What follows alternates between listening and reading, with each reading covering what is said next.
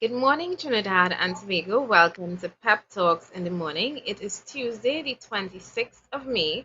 My name is Felicia Holder, Chairman of the Progressive Empowerment Party and your host of Pep Talks every Monday to Friday from 8 a.m. to 10 a.m. Joining me this morning is the lovely Michelle Davis, who is our Deputy Party Organizer under the PEP Mobilization Team. Good morning, Michelle. Good morning, Felicia. Good morning, Trinidad and Tobago. And like I commented today, and I want the rest of my audience to know you look absolutely radiant this morning. I think staying home has had a very positive effect on you. You're glowing, and I know that is only from within because you're a beautiful person on the inside. And I just had to say that for the rest of the Thank world to you. listen to this morning. No, I Thank mean, you, sorry to go Felicia. on, but I absolutely admire and look up to you, Michelle Davis. I think you are a woman of great poise, strength. It's no mystery that why you're such an often returning guest on the show. I think you bring a level of information, level headedness, and you're so thorough that I mean, I can't help but have you on with me as often as possible. So thank you again for Thank being here. I know we did you. not announce this last week, but yesterday was the Eid holiday. It was celebrated on Sunday, but the holiday fell yesterday. And that's why we did not have a show for all of the people who message and call to find out where is Pep Talks in the morning. But it also gives me a lot of encouragement knowing that so many people look out for this show on a Monday to Friday, and that when you Mhm. don't even on a holiday, you wonder what's happening. So I'm happy to be back here this morning and ready to touch on the topics of the weekend wrap up. I mean, it's Tuesday, but we still have to touch on those issues. A little bit later, we will be touching on PEP itself. We have promised you a transparent government, and it starts now. So, yes, there was a little bit of some stuff happened in the PEP, but let's save that towards the end of the show and focus on some of the hot topics that took place over the weekend. Starting off and rounding off that discussion, the PNM wants 5 years again. They need 5 more years to solve flooding for good. And this is our top story because it has been a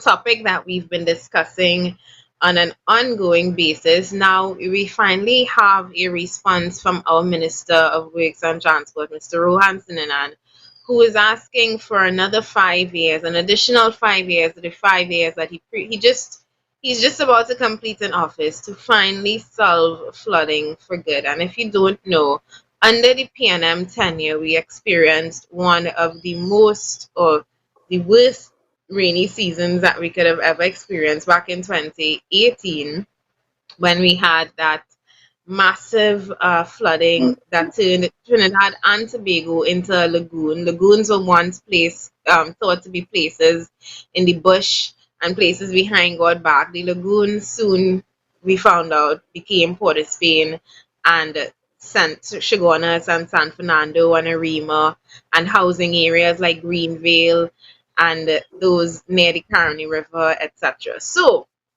let's talk about this. PNM wants 5 more years to solve flooding. Michelle, the floor is all yours. Oh, Lord. Well, I saw that title and you just had to think, why another 5 years? Are these empty election promises being made to the citizens of Trinidad and Tobago? But as you know, you and I do a lot of research for the program and reading. I had came across several things that the public should be aware of.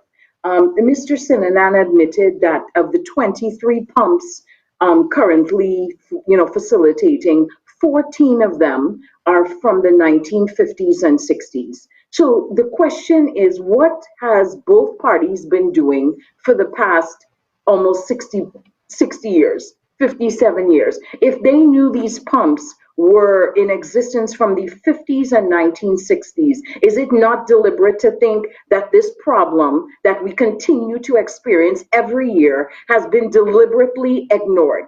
And now we're asking and having the audacity to say we need another 5 years. What were you doing this past 5 years? What were you doing the previous 45 years PNM was in government? What was the UNC doing? Why has this issue that impacts thousands of citizens deliberately continue to be ignored by those in office? Because it is being used as a political weapon, a political tool, a political promise to the citizens that we will fix this, when in reality we are getting no fixes, Felicia. Precisely, Michelle. I mean, we probably have a very clear timeline on when it's going to be fixed. When they don't even know, according to this article, they don't even know the problems because they're now doing a study, courtesy the CAF Development Bank. I mean, they're now doing a study almost what 2 years after the Greenvale flooding incident, 2 years after that widespread flooding throughout Trinidad and Tobago. They're now doing a study and they're asking for 5 years again. Is it that the study is going to cost 5 years? Is it that it's going to be implemented in 5 years? Or is it just like Michelle said, your election ploy or your election sweetie and candy to throw to the public to get another 5 years again in office? And I mean, it's so transparent at this point just how much this particular government, and I will say this particular government because I know governments past and present have done it, but it's very blatant just how much they're using and politicizing something as critical as water and water management in this country. I mean, what those residents experience and face in Greenvale, and some of them still experience and face now, because not everybody was helped, not everybody was alleviated. Sometimes, and ever so often, you hear about articles in the papers where people say from the time it rains, they start to feel knots in their stomach.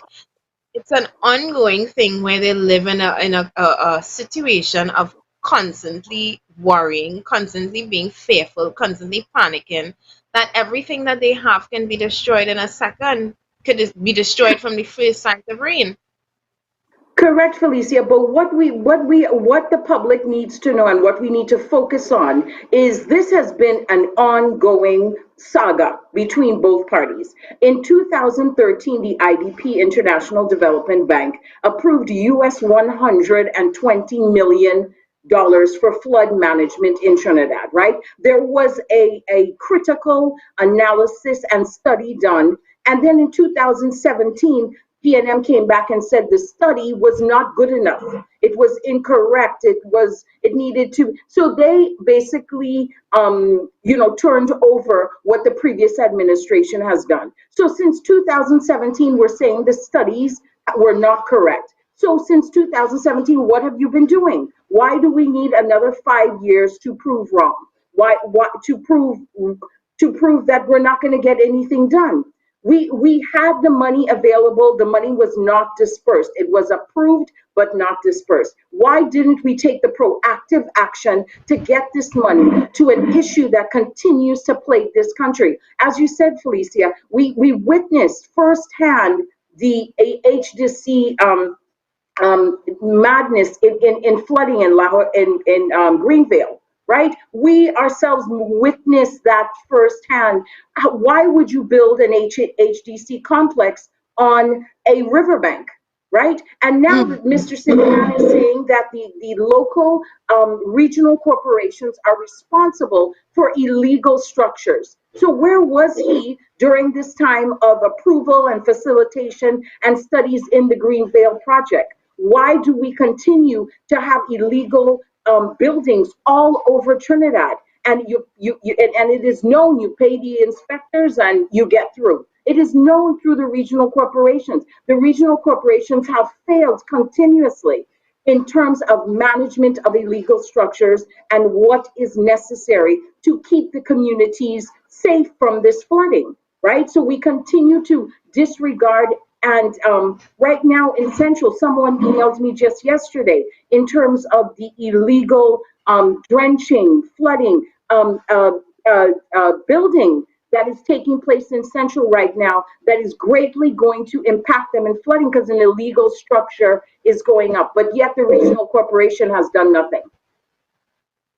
And Michelle, you just raised ask you about the buildings and building in incorrect areas and building on a floodplain, which is where Greenvale was built. It is, I mean, I can't believe that it's going to take uh, hundreds of millions of dollars to come and correct things that we knew from the start were wrong.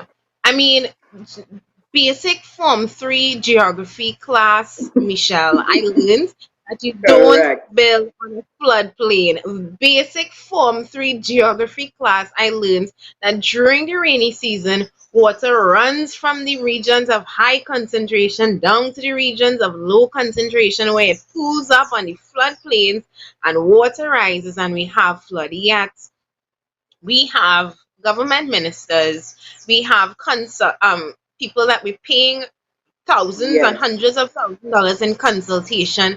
We have engineers, we have people who have high titles and senior positions who did not know that what they were doing in Greenvale, what they were doing in terms of not just Greenvale, because we have today people squatting in areas that you Yes. go and you check. They have no building approval. They have no authority to be there. And then we have the finger pointing game. Check regional cooperation, no check your counselor, no check the Yes. minister, building inspector. And at the end of the day, fingers pointing everywhere and nobody's responsible and accountable. And that's the second thing I wanted to raise. There was a lady who came to us last year. She's now a very avid pepper. But I remember she came to us after a situation where she went to the prime minister in those meetings that you have with the prime minister because she raised this issue following like a citizen of this country who really wants to find a real recourse for their action. She went through all of the right steps. She went to her council, she went to her MP, she went to the city corporation, she went everywhere that she was supposed to go. And every time, every turn, she was told, no, do this, go there, we will fix it. It never happened until the issue just kept going on and on. And the woman finally got fed up. She went to the meetings with the prime minister and she stood up and she asked the question, I have somebody who has built a structure that is blocking access to my structure. Please tell me how I Mhm. can get fixed. She had to do that in order for him to escalate it. She actually went as far, Michelle, as getting a letter from the building inspector saying this structure must be demolished. And even then, it still wasn't done. At this point, we have to realize that these things are so broken that it has to be so deliberately. I mean, Correct. how how much more frustrating can it get as a citizen to see all of the wrongdoing and all of the mismanagement happening in this country and then be like a Greenvale resident or be like this woman and feel like there's literally no recourse for your action. And then you hear people saying, you hear Rohan Sinanan saying this nonsense about the study is going to cost a lot of money and it's going to be solved in 5 years. And for the people who are impacted right now, how are they supposed to feel? For the people Correct. who are watching the approaching rainy season, who are seeing that their drains are still blocked, who are seeing that no work is being done within their constituency, within their regional corporation, within their electoral district, how are they supposed to feel right now? Wait for the next 5 years for it to fix? Come on. Exactly, but Felicia, as we discuss in the Progressive Empowerment Party, the local government structure does not work, and I can totally relate to that woman because I have told the party within within my own grief. I came back to my house, my family's house that had been here 50 years in existence, to an illegal structure within 2 feet of my roof. I went to I have letters right now from both prime ministers. I have letters from EMA. I have letters from regional corporation. I have ministry of, I've dealt with 5 ministers in minister of local government. I did the same thing the woman do, and to this day, 9 years later, I have no response and no structure. I have someone's roof literally 2 feet away from my roof. If that burns down, my house will definitely be caught afire. And no one has taken the proactive approach to do. And we have so many citizens. Philip has highlighted several illegal structures in Trinidad. people building on the pavement. We've seen that.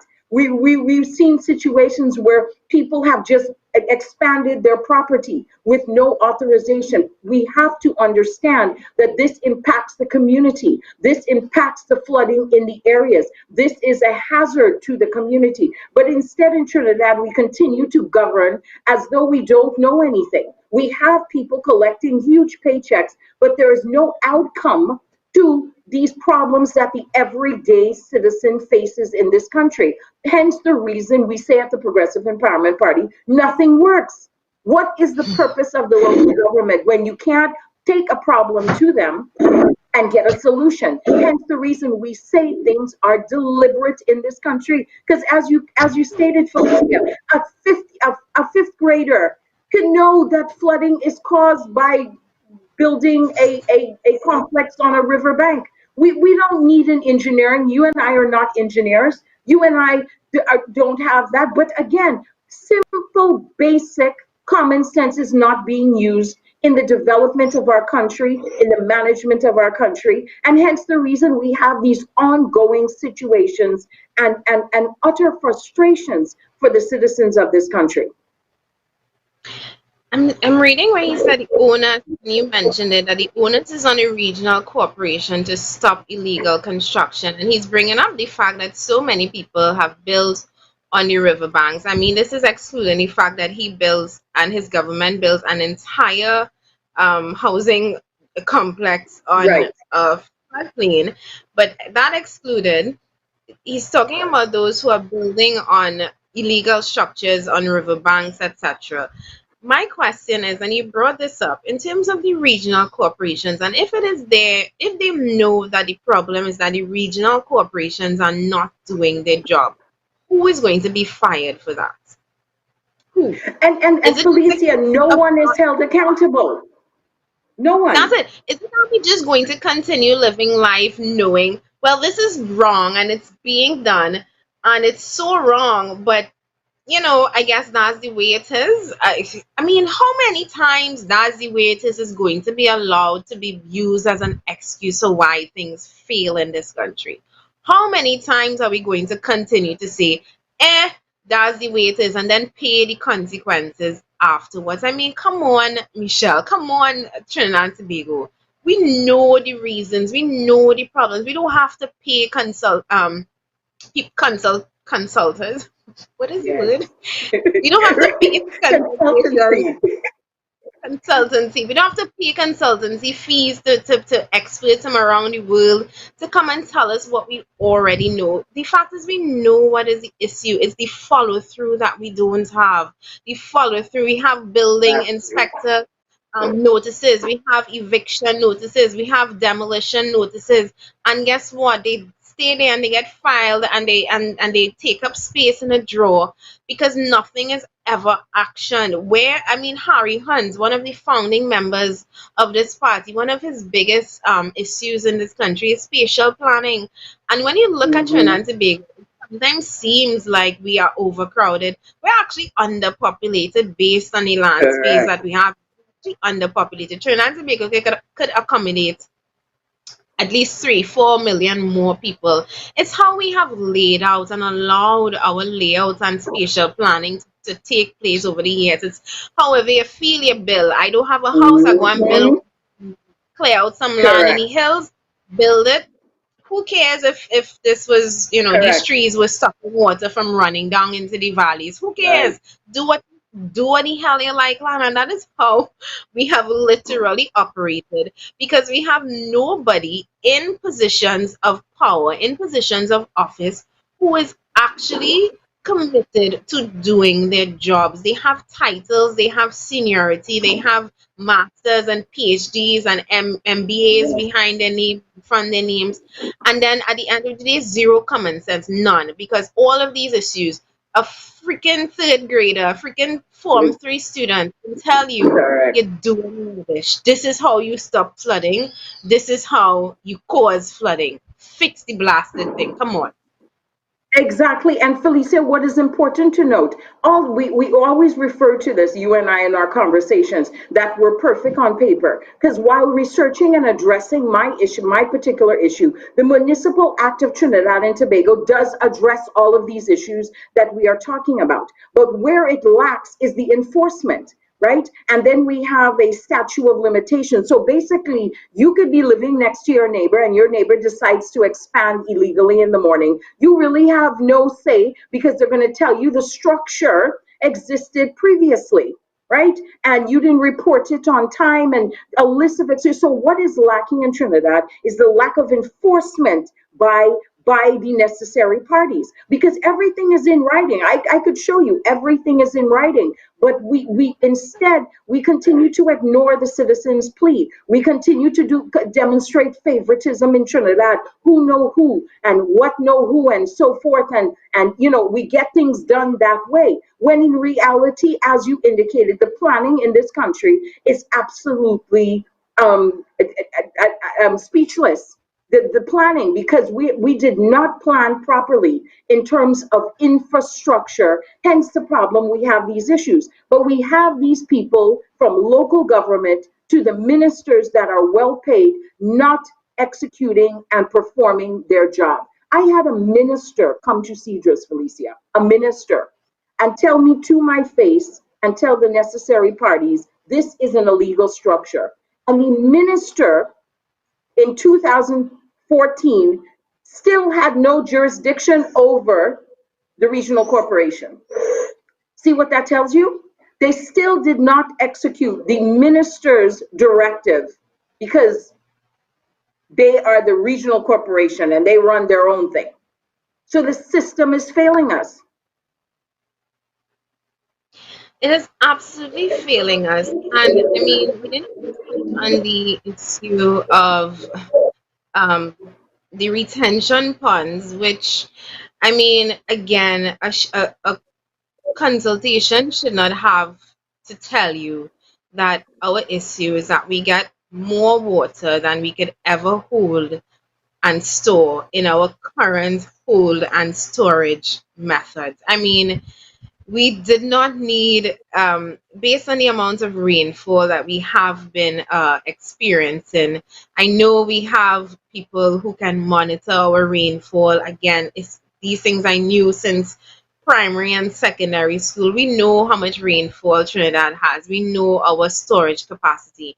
At this point, how have we not yet figured out how to store that water? How have we not yet figured out how to take that excess water that we have and store it? I feel like I'm a stuck record at times when I say this, but I do not understand, Michelle, how we have not yet realized that the excess and the surplus in water that we have during the rainy season can be captured, stored, treated, and distributed during the times of droughts that we are experiencing right now. I think a lot of people forget that we're in a dry season, a drought right now.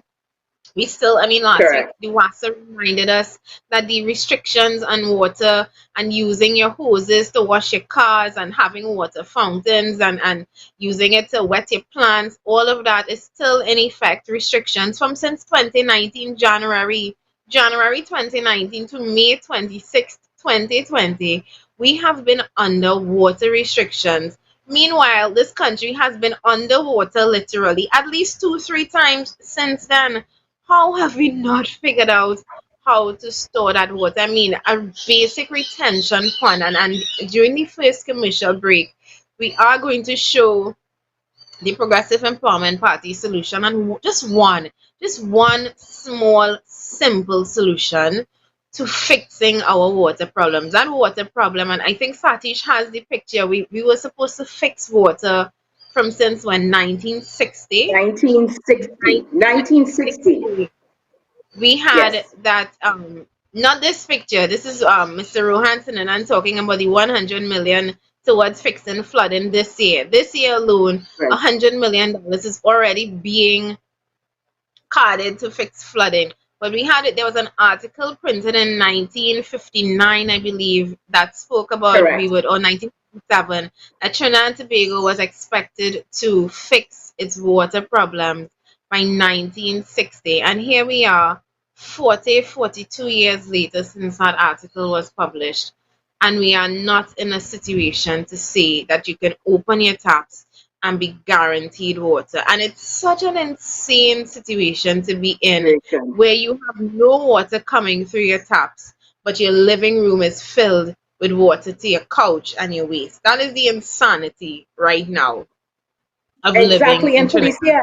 Felicia, it's important to note in the said article. It says I pulled it up. There was the retention pond built 12 years ago never worked and was designed badly. That's what, as we know, we are re-engineering it.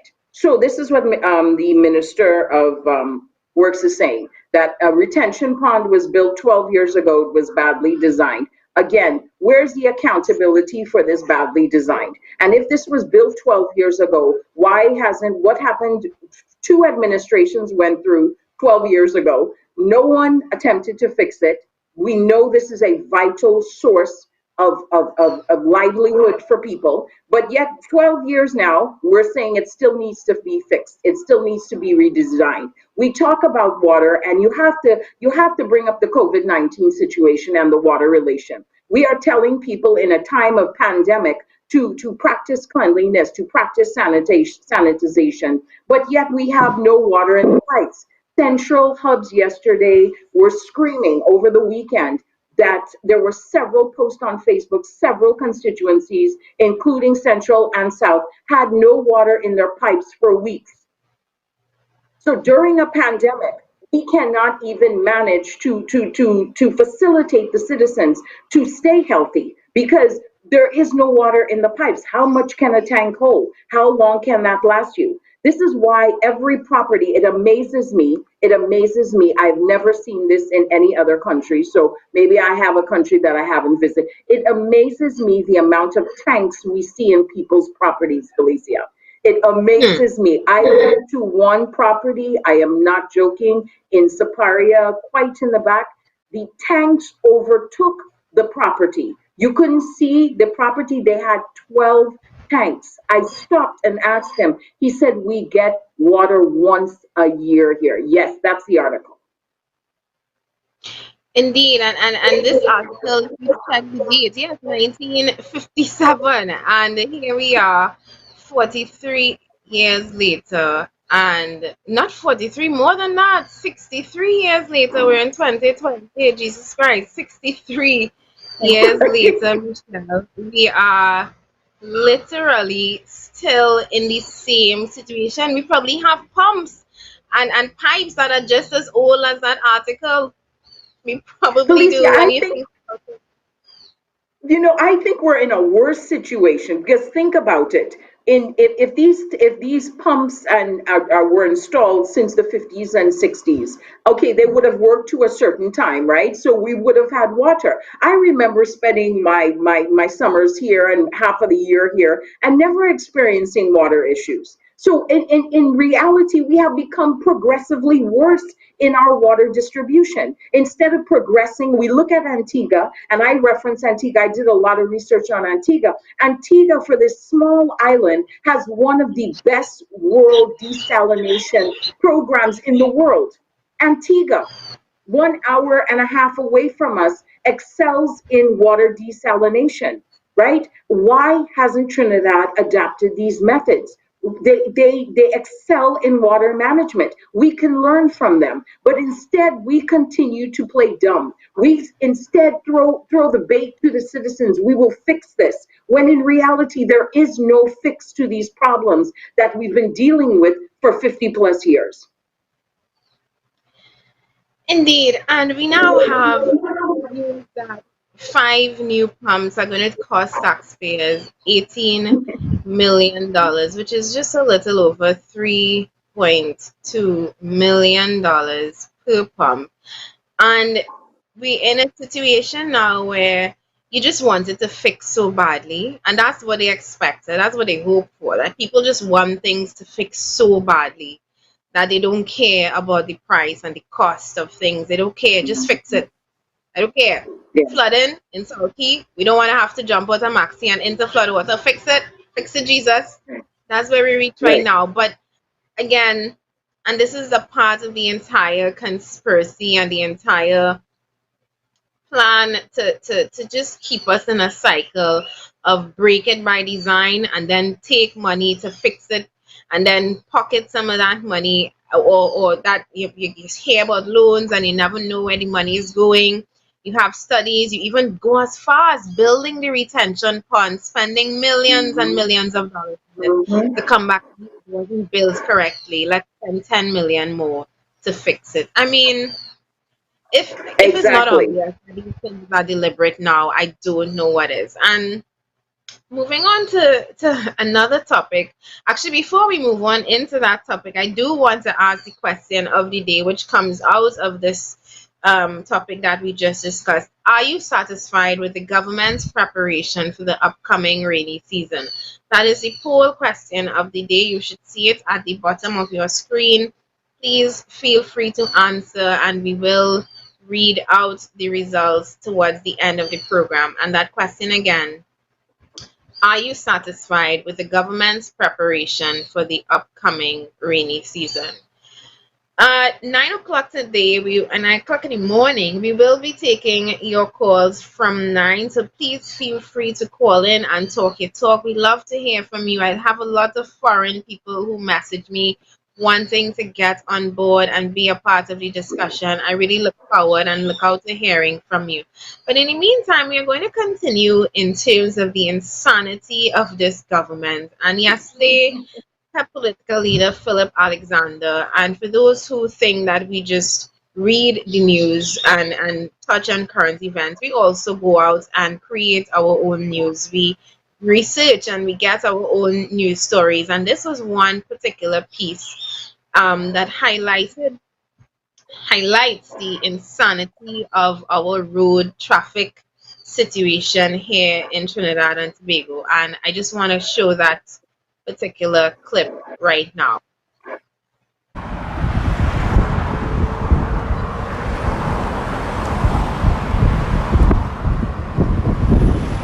So I'm standing here in the middle of this highway, a place where 4 lanes become 3. And I'm here today trying to understand this latest version of monkey mechanics that's coming out of this government. Would you look at this, eh? See this line? Not seeing it? You're not seeing the line? How about this line? You see any line? You see a line in the ground? Anything? You see a sign? No? Come back on this side. Anything? This is a lane coming out of St. James. Here. This lane here. Coming out of St. James. There's the lane from the Foreshore Freeway. Coming here. That's Peaks gas station. This imaginary line, right here, right here, right here. See that imaginary line? At the moment that vehicle touched that line, he's supposed to drop from 80 kilometers per hour to 50 kilometers per hour. Because on that flyover, they have cameras to track you. And if you're going 1 kilometer per hour above 50 kilometers per hour, you're getting a ticket, and you're getting you're taking demerits on your driver's permit. But all day you could drive at 80 kilometers per hour, all day. But right here, the laws of physics, right here, the laws of physics have to change. At this exact point, you have to slam on your brakes. Right here, coming off the foreshore, when you reach by around this lamppost, I think maybe the KFC sign. I don't know where Rohan is drawing his imaginary line. I don't know where Rohan is drawing his imaginary line. Because at some point, after peaks, you have to slam on your brakes. From 80 kilometers per hour to 50 kilometers per hour to go here. And when you pass West Mall, you go up from 50 to 80 again. But this point here, in Cocorit, Ironically, the widest part of the whole road here, they want to trap you and rob you $5,000. So this line here, maybe this billboard, max factor, I don't know. This line here, some imaginary line, this jackass Rohan Sinanan has made law because they could make law, because our parliament is a joke and the people of this country have no power, and in this democracy you have no representation, and those jackasses in the parliament have decided that there is an imaginary line right here, and you better slam on your brakes, because you're okay doing 80 there, you're okay doing 80 there, but from this line 50, but them cameras down there waiting for you. I want you to hear what I'm saying, you know? Because this special piece of PNM engineering needs to be challenged in the worst ways. But you can't sign a petition because Rowley don't give two ass about that. Rowley is a lawless thug. We have a lawless thug as a prime minister. So his minister of national security could lead a theft in this country that allows this nation to be at risk for sanctions, and nobody have questions to answer. The entire nation of Aruba says, Stuart Young lie, not a problem. The ambassador of the United States of America says, Stuart Young lie, still not a problem. Why? Because you have an obscene thug as a prime minister. And this morning, and the reason I'm doing this is this starts tomorrow. This piece of PNM engineering, so send this viral in the West. Make sure everybody in the West know that the demerits and the ticket in the mail happening tomorrow. When you're doing 80 kilometers per hour coming down this road here, you better be prepared to stand up on your brakes when you reach this lamppost, because it's 50 kilometers per hour from here. Where in the world have you ever seen political office be used to upend the laws of physics? Where did this piece of PNM engineering monkey mechanics come from, Rohan Sinanan? And how do you expect vehicles traveling at 80 kilometers per hour to magically decelerate to 50 kilometers per hour and not cause accidents with the vehicles behind them? Tell me, Trinidad and Tobago, if anything I just said sounds like real leadership or real government, or that we have a complete donkey farm in our parliament, our cabinet, and our government. Tomorrow morning, Trinidad and Tobago, an imaginary line on this ground here starts from 80 kilometers to 50. I want you to drive anywhere on the road 50 kilometers per hour and see what that feels like, and tell me if this is not the PNM abusing office to take advantage of the public, to charge people unnecessarily for a useless piece of legislating to distract us from the criminal actions of the Prime Minister and the Minister of National Security in a country where this morning neither the DPP nor the Commissioner of Police nor the Anti-Corruption Investigation Bureau, nobody talking to Stuart Young and Keith Rowley about who buy that fuel, where you buy it from, who ship it to Aruba, who you dealt with in Aruba, who it went to in Venezuela, who pay us in Venezuela, and who collect that money. Them 7 questions, nobody answered, because this is not a real country. And for as long as we continue to have jackasses in that parliament, that donkey farm running this country, expect more of the same. Tomorrow morning, magic lines in the ground. Be prepared. All these people, as they pass it, breaking the law. Madness.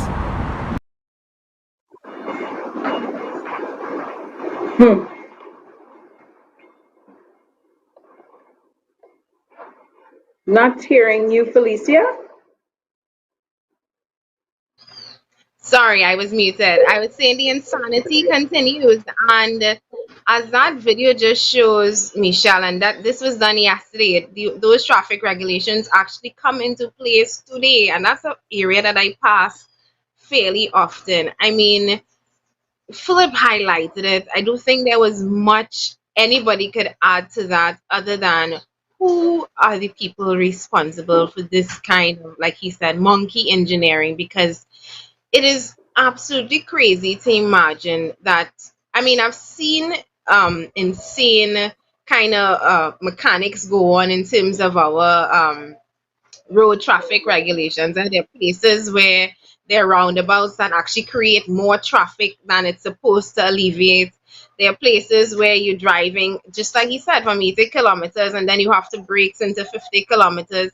But that one in particular, that particular not intersection where those two roads merge, and where they have set up the cameras, as of today, they are going to be monitoring your speed. And for citizens driving, particularly those who are not aware of these new regulations in place, of what they are going to face if they are caught going over the 50-kilometer mark. What happens to them? What happens to them as a result of the incompetence and insanity of the people in charge of doing something as simple as putting a traffic regulations in place? Felicia, what is the deeper seated issue that the citizens of this country need to realize is that we have now become the income generating public because the government has failed to diversify our economy. Revenue is now coming from the taxpayers. We are being hit left, right, and center because of these issues. And we need to understand that this is just another revenue generating ploy to hit the citizens because we have failed to manage our economy. We have failed to diversify our economy. So this is going to generate millions. Last year alone, 90, I think $100 million, close to $100 million was generated in speeding tickets alone. Where did that money go? Did that money go to facilitate our roads? No, it did not. We have some of the worst roads in the entire Caribbean, in the world, if for that. Where is this revenue generating efforts going to? I talked about the tickets, the demerit. Have you had an opportunity to look at that 4-page demerit list? It's basically if you drive, you're going to get ticketed for something. It has a detail to the point of madness. Literally drive, get behind your seat, and you're going to pay for it. That is what we have reached in Trinidad and Tobago. Read the list. It is absolutely insanity on another level. And they are charging you, not only are they charging you the fees, they're giving you merit points towards your license for some of the most pettiest things I've ever seen from a worldwide perspective. Michelle, exactly what you just said there, I realize has been the trend of this particular government. It's almost as if because they don't know, they don't have a clue in terms of how to raise revenue and raise income for this country. They're like, you know what?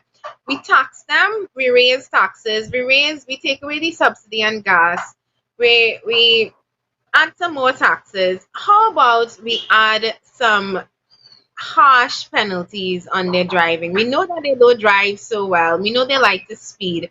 Let's make the cost of speeding so astronomical that we could raise almost 10, 15, 20% of the income that we could have raised had we actually had a real plan to diversify this economy. And Michelle, I was watching the you said what, 90 million. I was watching the cost of our traffic offenses as compared to the cost of traffic offenses in more developed countries, in first world countries, and it is almost abusive. And I mean, I'm not trying to say that we should not be that we should be breaking the law, because obviously we should not be breaking the law. We should not be speeding. We should not be we should be driving and using our indicators, all of these things. But when you look at the penalties for doing these things, Michelle, it's $5 and $10 and $20,000, and you ask yourself, why are these costs so high? Like, what is it? Are they really just trying to raise income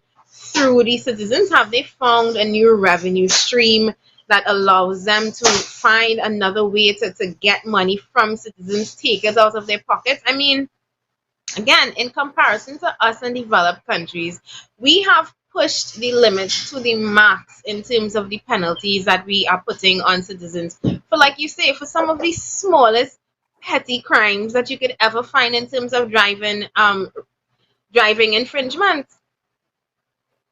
Exactly, Felicia. And what we're failing to realize as citizens, the equivalent people in this country, the fees on these tickets are so astronomical that the average citizen would not be able to afford it. They're in the thousands of dollars when we know the average citizen is basically making 3,000 to 5,000, and we have tickets in excess of over $5,000, $3,000, Yeah. $2,000. That is half of your salary. I asked in an article, where did we come up with the figures? Because when I priced a US ticket for speeding and versus a speeding ticket here, it is actually the US equivalent.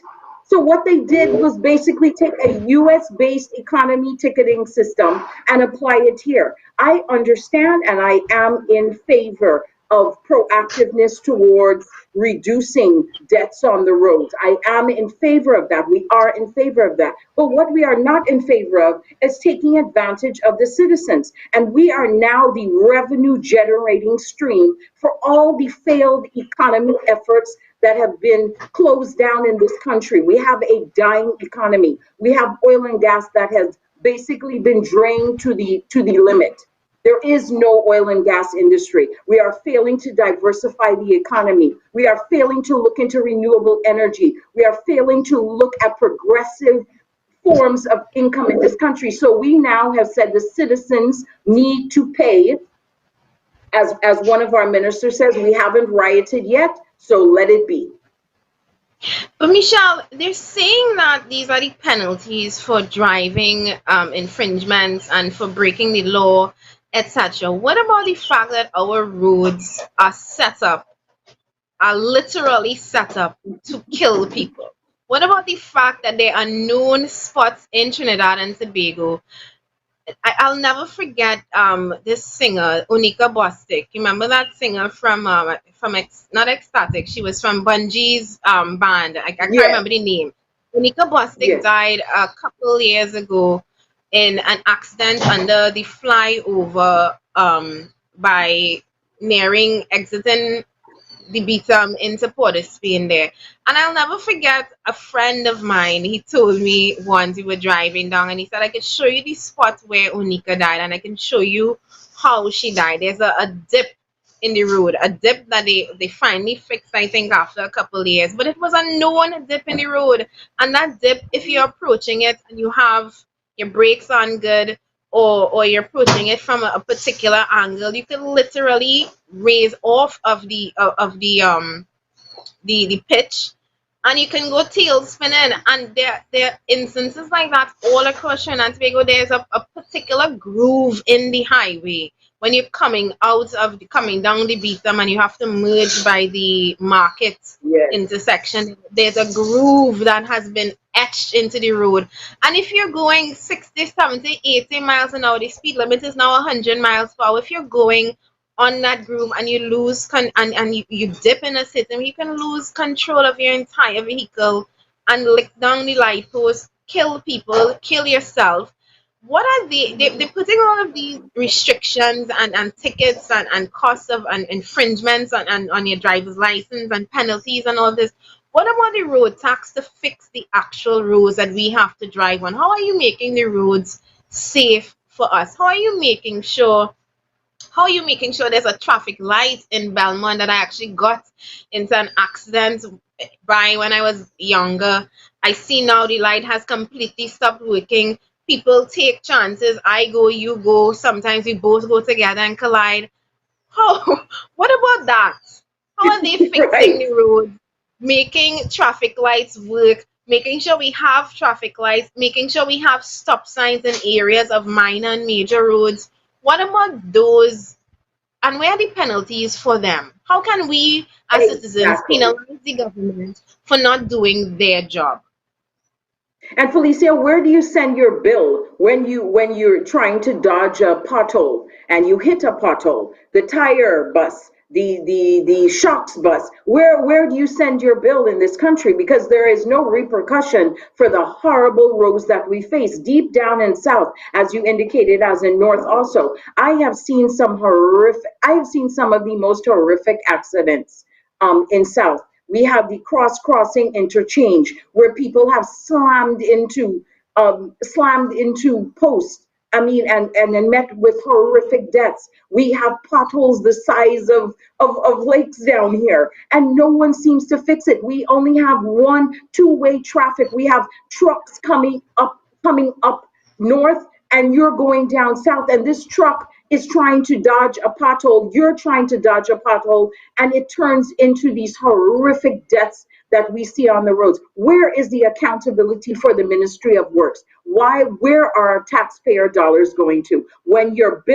car is not working due to an obstruction that you have met on the road, where do you send the bill? We have no alternative in Trinidad but to take what they are handing us on a platter. Where is our money going? That is what we want to know. Fix the roads.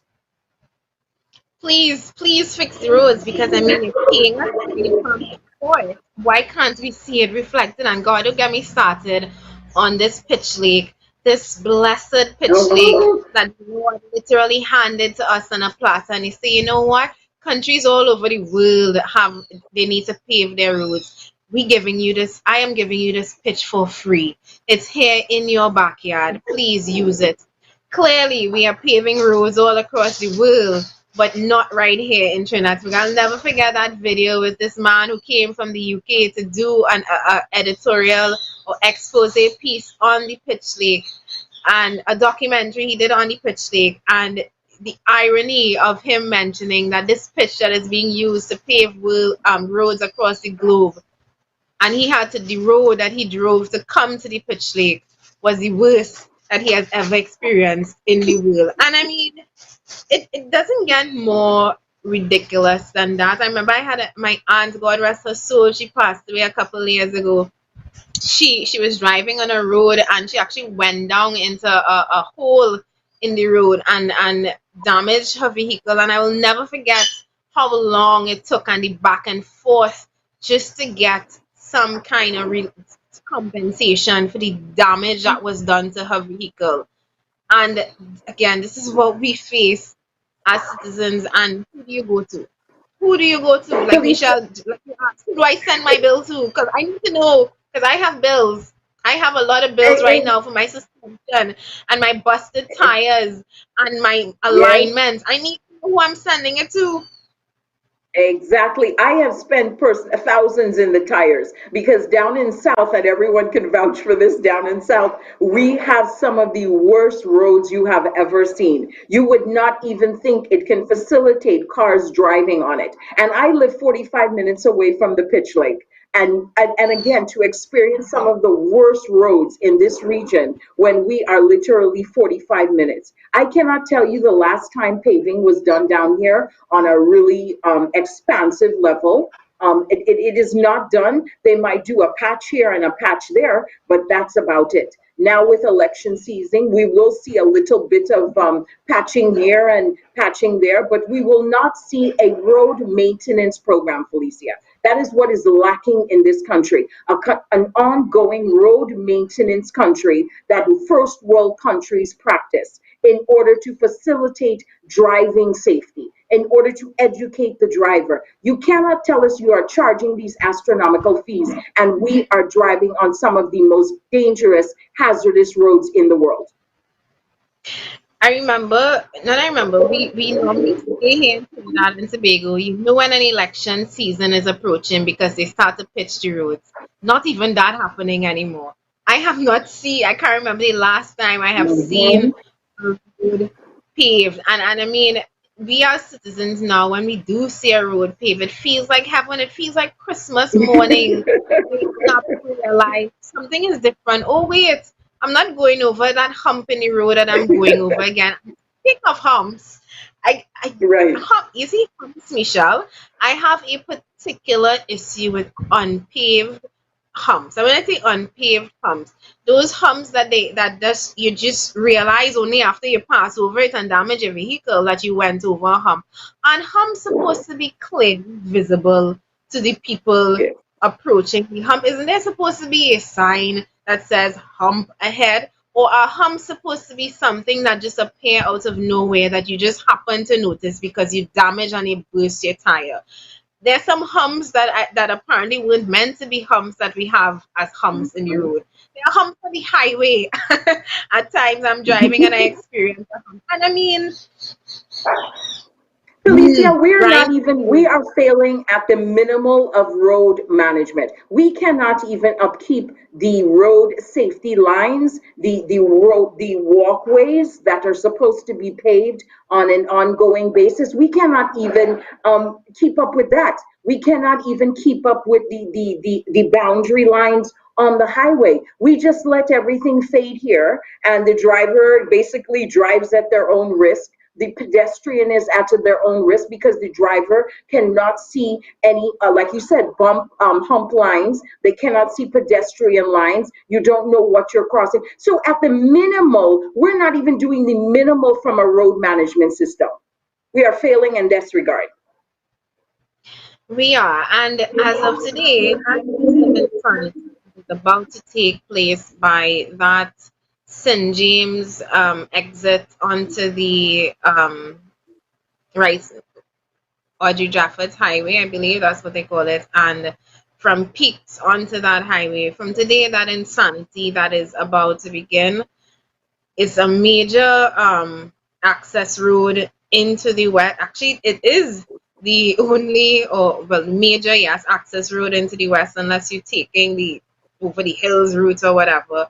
But as of today, citizens, please be alert, be aware of what you're about to approach. I can't even tell you to brace yourself, but brace yourself because you don't want to find a ticket in your mailbox or your license demerited because of not knowing. And based on what I'm seeing, I thank God for Philip and that video yesterday. I was not even aware that these regulations were coming in place today.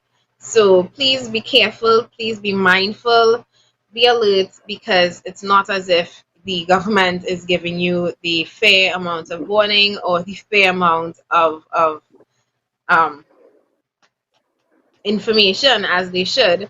And based on the insanity and the monkey mechanics, according to Philip, that we are seeing, we're definitely going to get some people getting caught up in that nonsense that we have just established beginning today.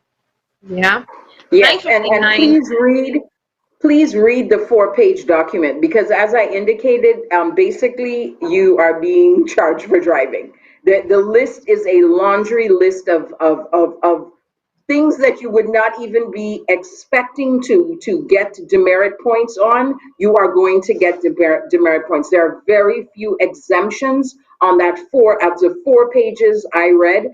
There are literally a laundry list of items that have demerit points and a minimal amount that do not. So please read it. We are imploring you to save you money. I'm reading this comment that was WhatsApp to me. It is high traffic fees to finance the contracted entity that monitors over the camera and the technology that run the system. Instead of working with citizens to change bad habits, they punishing citizens for living here via a system of entrapment. Perfectly said. Oh, Perfectly said. Oh my God.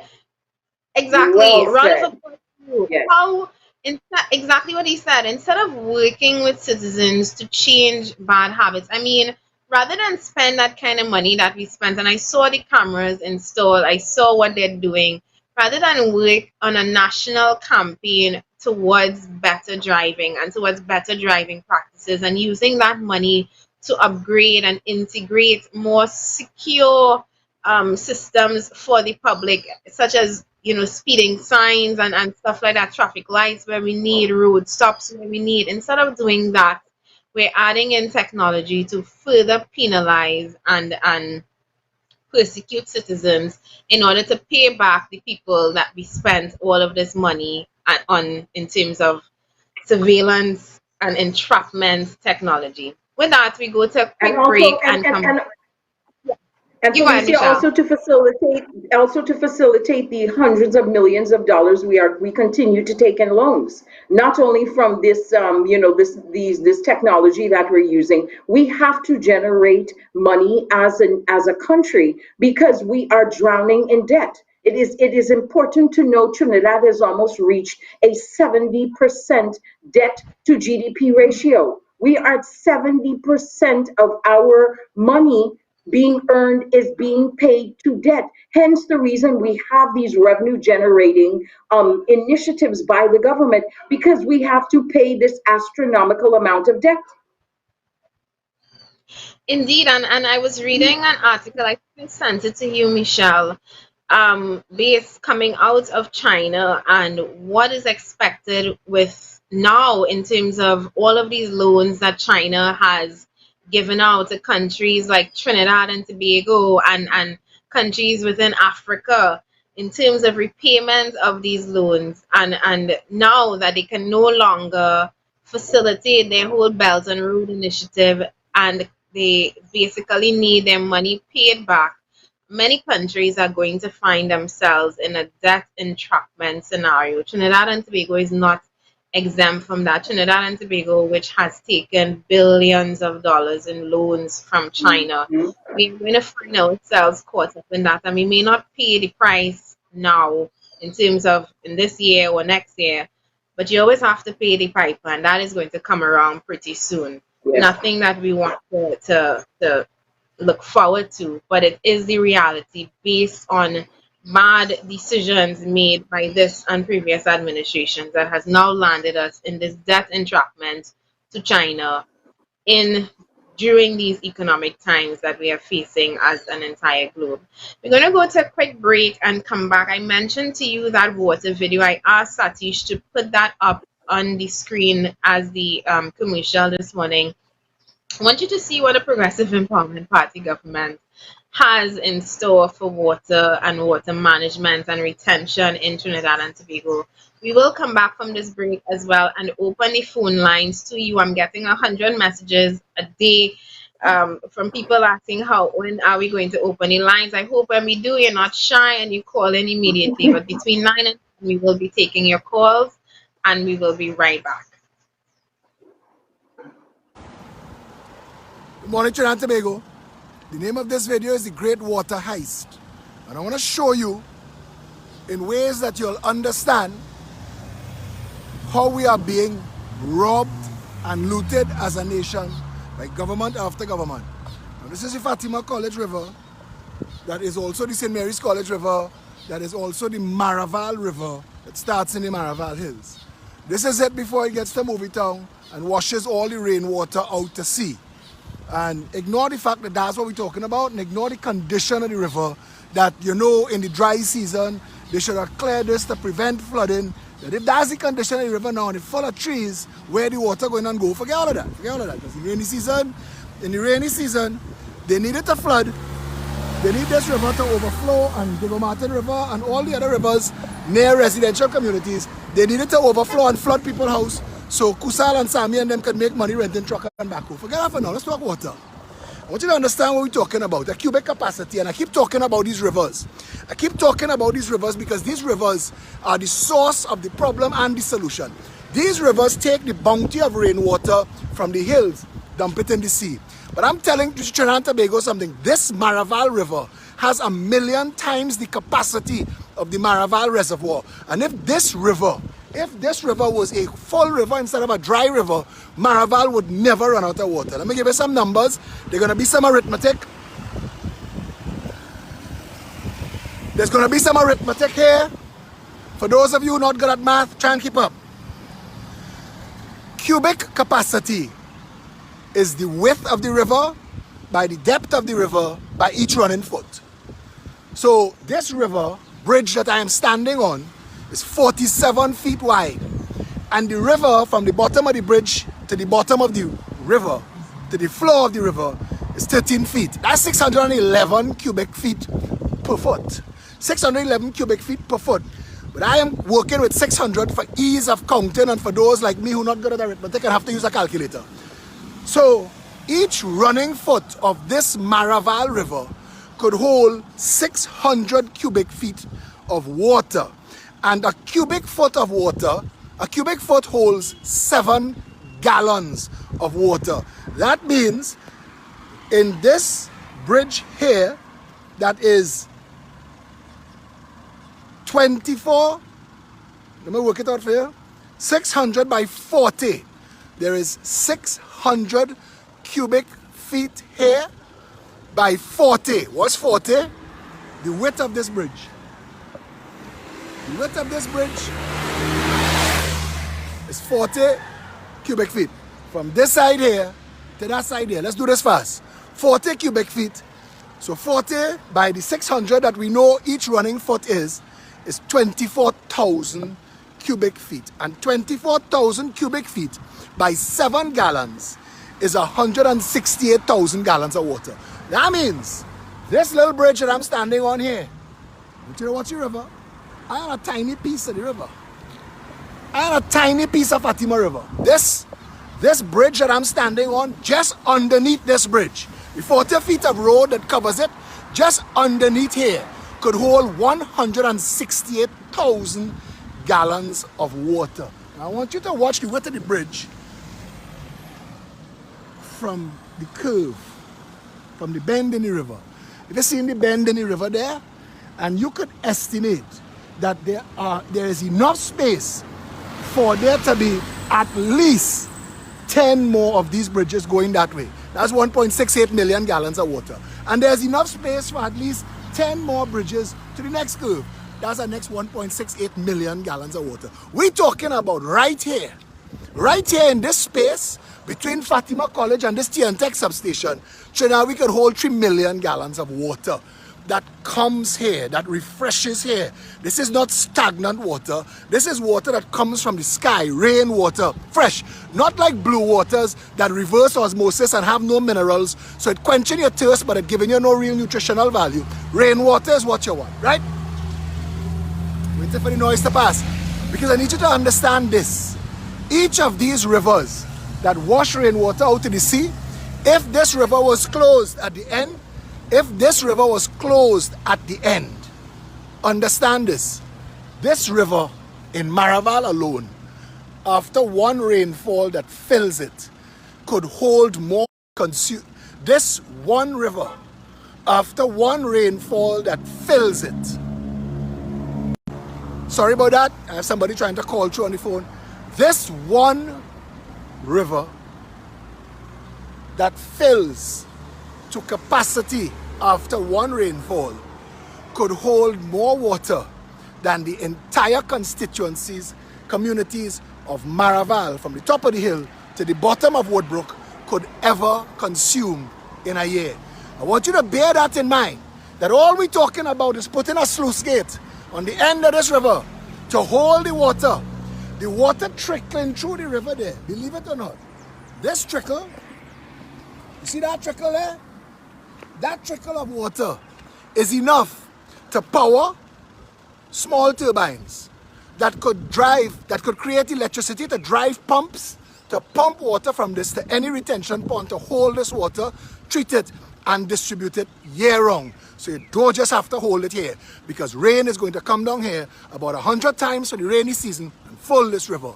So imagine the billions of gallons of water Maraval River alone handling, and tell me why we not holding, storing, and treating this. Instead, we are spending $500 million every single year paying for desalinated water from Desalcott.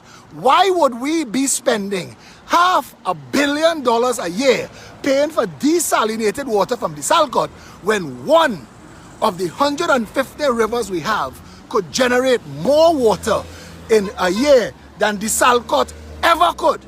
One river. one of the 150 rivers could generate more water than the Salcott ever could for free.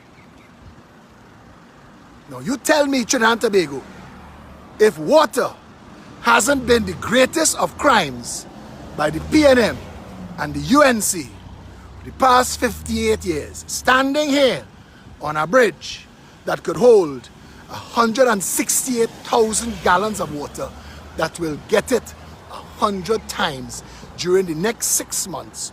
You tell me now, how could these incompetent and corrupt governments ever be considered a choice? This simple solution to catch the water in these rivers, use the power of the water flowing in the river to drive the pumps, to pump the water to retention ponds.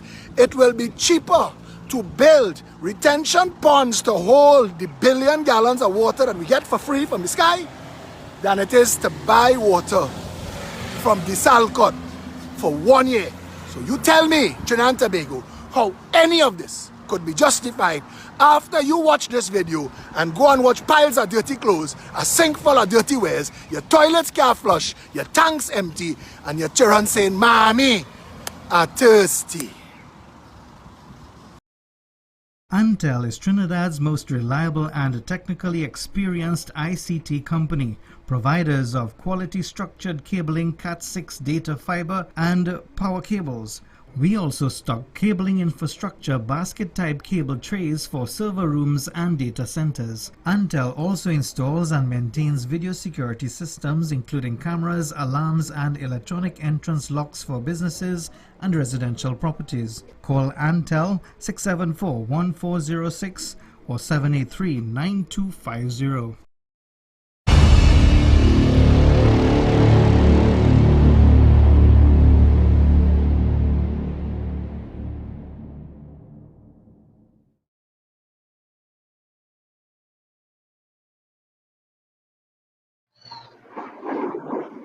We are back from the break. Thank you for sticking with us. And please, if you have not yet, or even if you have done before, take this second to share the live video and let's get more people joining us on this discussion. The lines are now open, and while we wait for your calls, Michelle and I will continue the discussion, but the lines are open for you to call in. That's 769-4590. You can call us direct or on WhatsApp. I got a couple messages from people saying they would like to call in and talk on the show.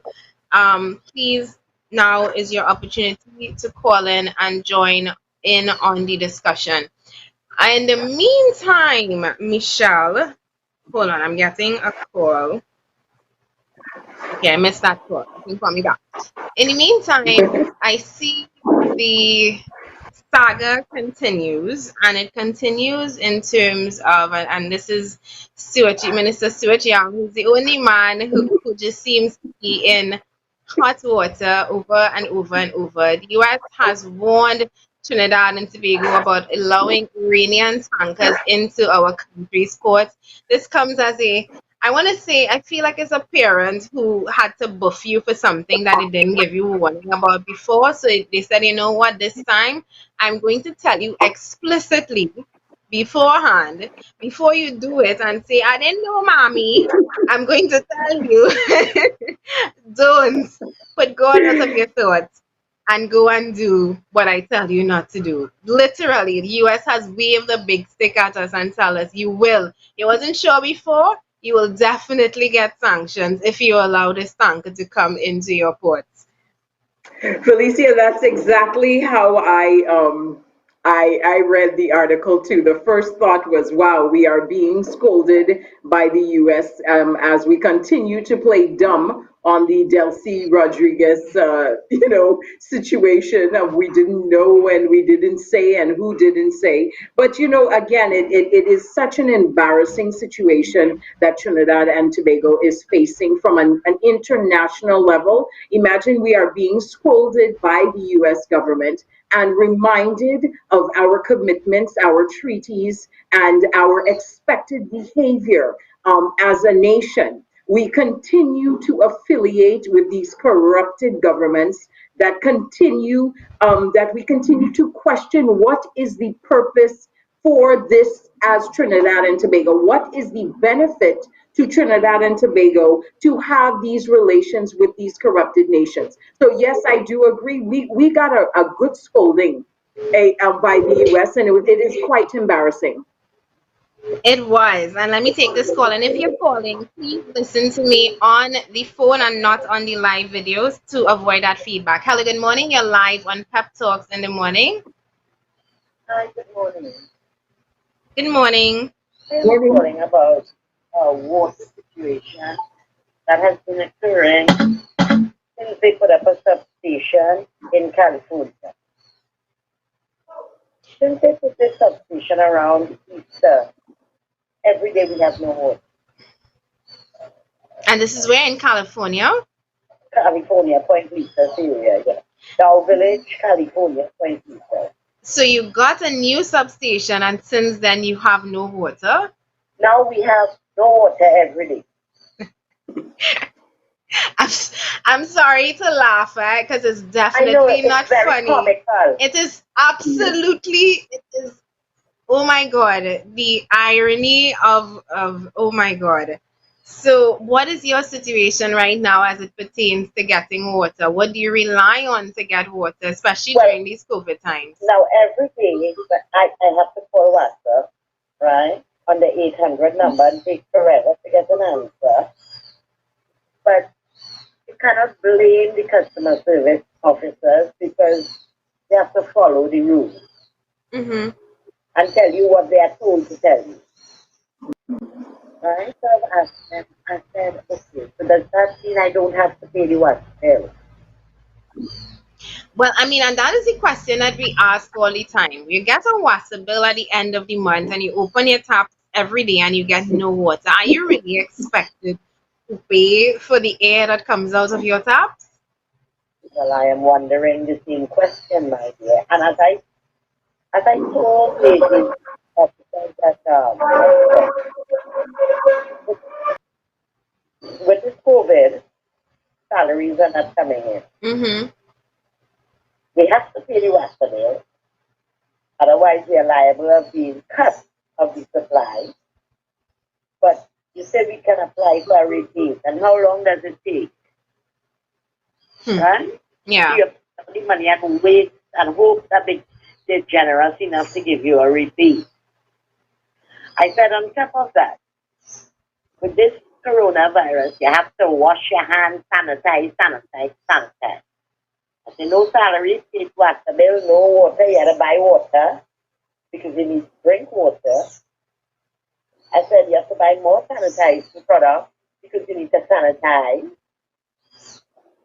I said, so is it that manna is put from the sky? I think that's what they're expecting to happen. And you say Dow Village, California? Yes.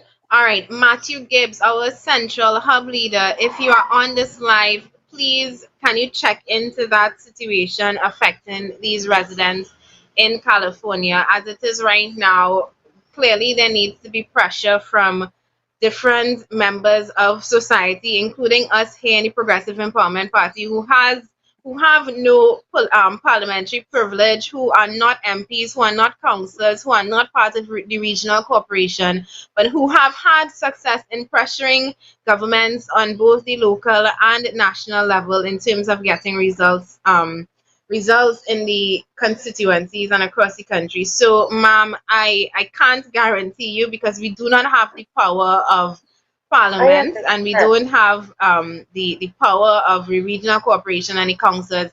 But what we can do is raise the concern. We can put pressure on them. And I am asking Matthew Gibbs, I'm going to forward, if you can message me on WhatsApp, if you are on WhatsApp offline, to give me your information, at least your area where you're living, a specific area, to see what we can do for you. Oh, darling, the substation was done a few feet from where the area is here. Again, I can't get over the comic nature of building a substation and then you getting no water every day. When I called them, they said the water pressure is low. So I said, no, darling, I have no water pressure because I had no water.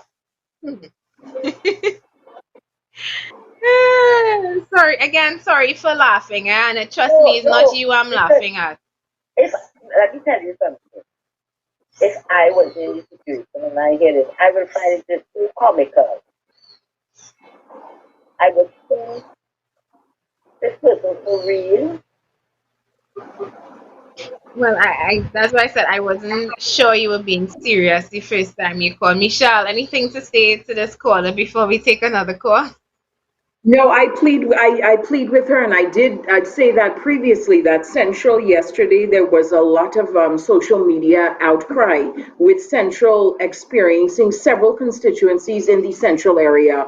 Matthew did highlight some flooding, proactive flooding issues. He did go to I believe, a WASA substation, so we'd have to check the location on that, but we will follow up for it. But again, Felicia, last night my niece asked me, why do I continue to this plight I'm on, this fight?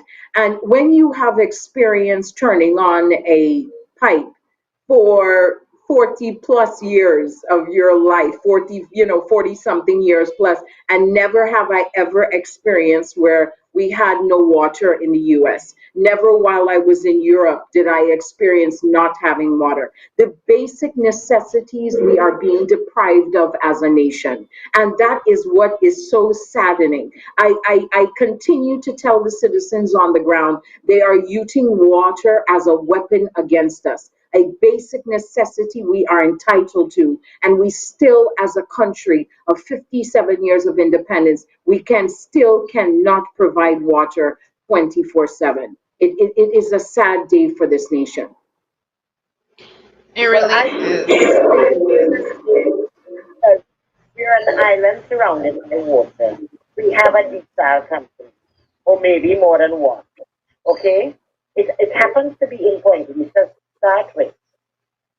Secondly, they will tell me, oh, the Caroni water plant is very low and the rivers are dry because of the dry season.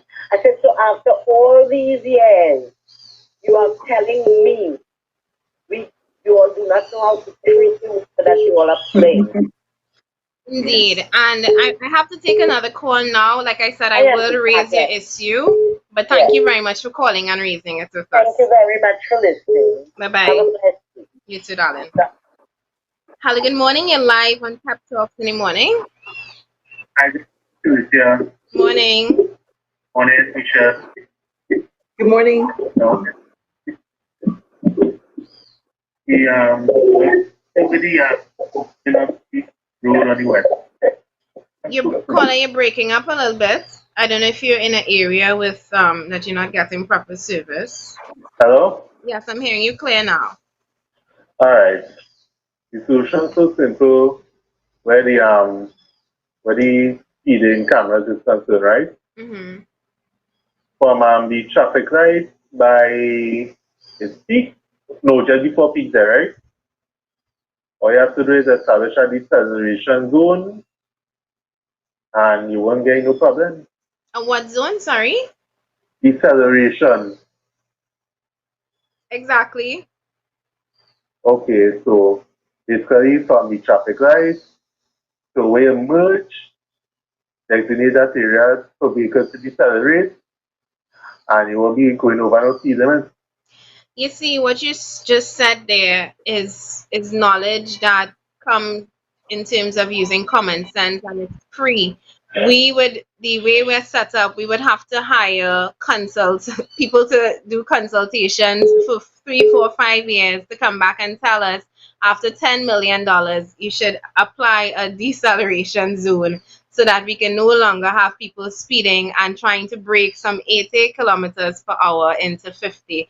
I mean, thank you for that very simple solution, Rohan Sinanan. Anybody else in government, anybody who has the power of parliament who can write checks, please take that idea, use it for free. Don't go and hire people to come and tell you what we just got for free on air on Pep Talks in the morning. Yes, that is sarcasm. Thank you very much for calling in this morning. I have to take some other calls, but we will, you can listen to us off air, right? Later. Okay, bye. Sorry for that call that I just missed there. I have a young lady to call right now, actually. She asked me to call her. She is one of the people trapped. Anyway, I will let her explain her situation to you. Hi, morning. Good morning. We're hearing you loud and clear. How are you? I am good, and I know this is supposed to be an anonymous call for fear of victimization, but the line is open for you to tell us your situation and share it with not just us, but the rest of the public, the rest of the viewing audience of Pep Talks in the morning. Okay, well, my situation is I'm a sailor, a seaman, right? If I work with a company, RCCL. My main concern is what is the government really doing to try to help us come in, without any kind of disturbance or anything like this, because most of us are quarantined here over 90 days, some since February. At least they're taking some of our crew members, but all of us are from different companies. My company is right now having 362 personnel waiting to come in. My whole thing is the government not doing anything. As I say, they are not doing anything to say, well, right, we are Trinidadians, we are citizens of Trinidad and Tobago, and let me help our people in a really, how to say, manner. In a really precautious manner, yes, because it's COVID-19 and such. What the government trying to say is our company is supposed to hold us for 14 days for them, which is wrong. I want to ask Mr. Dial saying all these hospital beds and all the places state they have COVID-19 place people, right? They can place us there. The company saying it is the government saying that they don't have no way to place us, which is wrong. You don't want us self-quarantine ourselves, but yet still, you want the company to keep us out on a ship on the waters of Trinidad and Tobago for 14 days? What sense that making? But haven't you said that you were quarantined already for 90 days? Ma'am, I've been quarantined on a ship since the middle of March till now. Wow. We are getting tested, COVID-19 tested, temperature check every day, twice a day, because the company is really taking this serious with our health. So the issue is, so even though you guys, and sorry, have there been any cases amongst you reported? No cases. COVID-free, no cases whatsoever.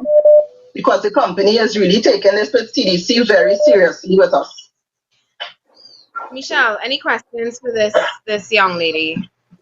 No, I do have a comment. I mean, Felicia, I come from a cruise line background, and what people don't realize, cruise lines are subjected to extreme health inspections, and the cruise lines are being governed right now by CDC. So what the caller is saying is absolutely correct. They are doing aggressive testing on the crew members. That particular ship, I have been following it, being in the cruise line industry. It is COVID free. They have been in quarantine. They are basically subjected to stay in their cabins as another, a proactive measure. So there are no active cases of coronavirus on that ship. And now the Stuart Young is asking the ships to assume the cost of another 14 days of keeping them in quarantine because Trinidad cannot facilitate, when in fact tomorrow the companies, all the cruise lines that are involved can provide active documentation as to the testing these crew members are undergoing. So I plead, I have been following these crew members because that could have been me. I was in the cruise line industry for 25 years, and you cannot find sometimes a more healthier place is on the cruise line itself. So I do really sympathize with what the crew members are going through. They have been actively quarantined, they have been actively testing, and it is really sad that we do not have an answer to get them home. 362 people you're seeing is on your batch with you. Yes, ma'am. Are you telling me, Michelle, and to this caller, this that we can't find 362 beds to house these people right here in Trinidad and Tobago? What's going on with Hilton Hotel right now? What's going on with Radisson? What's going on with K-pop? What's going on with that quarantine facility where Derek Chin and his colleagues are being quarantined? What's going on with the quarantine facility that we just converted for $100 million back in down in the National Cycling Center, Michelle, that they just Right. converted into these? What is going on with all of these facilities that we are spending money on and denying nationals of this country from coming into and being able to use? And I mean, worse yet, we have people here who are coming back saying they're testing positive for COVID-19 and they were discharged. We have people who were negative for COVID-19 and now they're positive. They were positive and now they're negative. Whereas we have rigorous testing going on these cruise ship liners, and we're not allowing people to come back in even under these circumstances.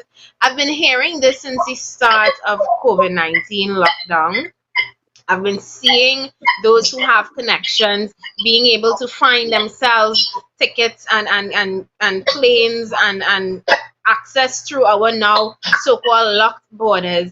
Whereas I'm seeing people like this young lady and the rest of her batch of 361 who are begging, literally pleading to come home and be with their families. I mean, how much more, what again can they do to just get that help from the government? I'm hearing Stuart Young saying Indian arrival day will signal no arrival for our citizens stranded abroad. And I could not think of a more callous, cruel, and inhumane and selfish statement from a man who I am sure has his family pretty well taken care of during this COVID-19 period. And ma'am, I'm sure you have family back here in Trinidad and Tobago right now. What is their situation as it relates to you and you being so far from them and for so long? Okay, I lost that caller. I think her internet would have dropped. I will try to call her back and see what's going on. It is a very sad situation. Extremely, extremely sad. Thank you for that question that I asked in terms of your family here in Trinidad and Tobago. What is their situation right now with you being away from them for so long, particularly during these times that we are experiencing right now? Well, I have 4 children, and it's hard because remember too, you're not working and you're confined. You know, it's family members and love and support from my family members who have my kids, you know, going and stuff, you know. So it's tough. I honestly can't imagine, and I mean, I'm hearing, I don't know if this is on your ship, but I'm hearing there's an increase in the number of suicides from people based on cruise ships. I mean, I hope that is no way happening on the ship that you are on, but I know it can't be easy for people right now to be going through all of this, and it's not as if you're working to pass the time. You're literally passing the days just hoping and begging and praying to come home in a time where you have families back here who are worried, families who need you. You just said you have 4 kids, and I can't imagine how hard this must be for them. I mean, thank God for technology and the internet, but I know it will never be the same as being able to put your arms around your family during these difficult times. And all I can do is to continue raising the issue. If you have anybody else from your ship who would be brave enough to call in tomorrow, we would be happy to raise this for as long as it takes for those who have the power to do something about it, to actually do something about it. Yes, I will. You know, I just want to say to the whole of Trinidad and Tobago, right? This whole thing is just like you have to have a good mental health to really deal with a situation like this. You know, because for my other crew members or whoever in other companies that commit suicide, this whole thing, you have to have a proper mental health.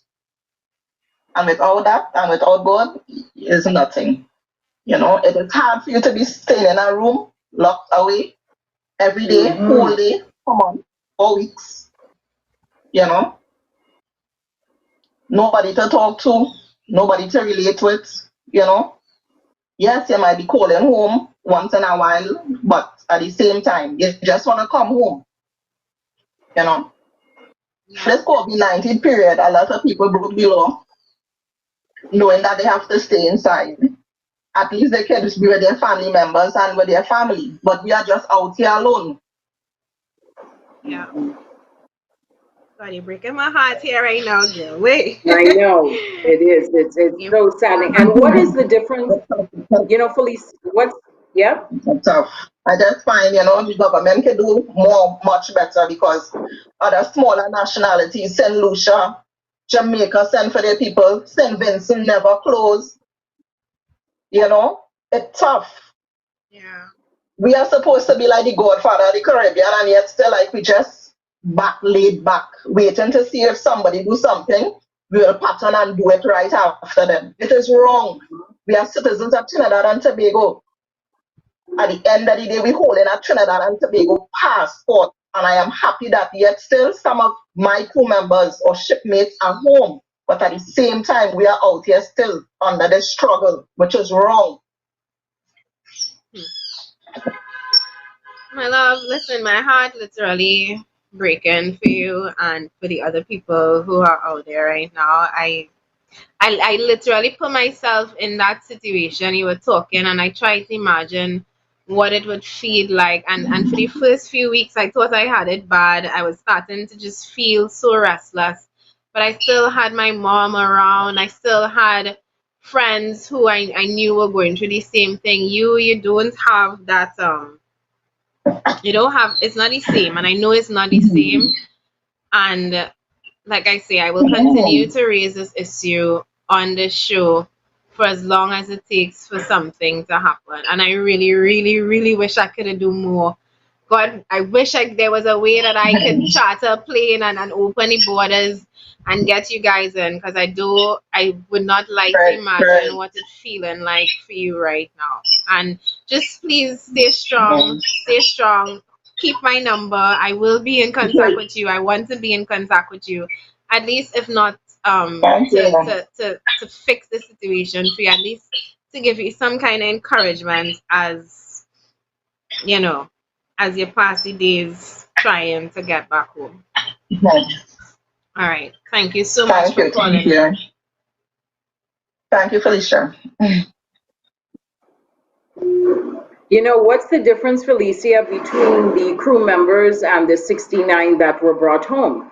I mean, we have to ask ourselves this: what was the exemption for the 69, the supposedly PNM crews, versus these hundreds of crew members that are out to sea? There is no difference. So the same prioritization should be made. Again, what they are experiencing, they are reporting, the company is reporting to CDC COVID-19 measures and testing. Did you see she indicated they are being tested every other day? Their temperature is being taken every day. I mean, how much more proof they are living on a COVID-free 19 vessel since March? You're looking at almost 90 days. What is the issue? And again, why are we not putting them up at Hilton? Why are we not making the accommodations? What about that property in Sandy Grande, Felicia, that we continue to pay $145,000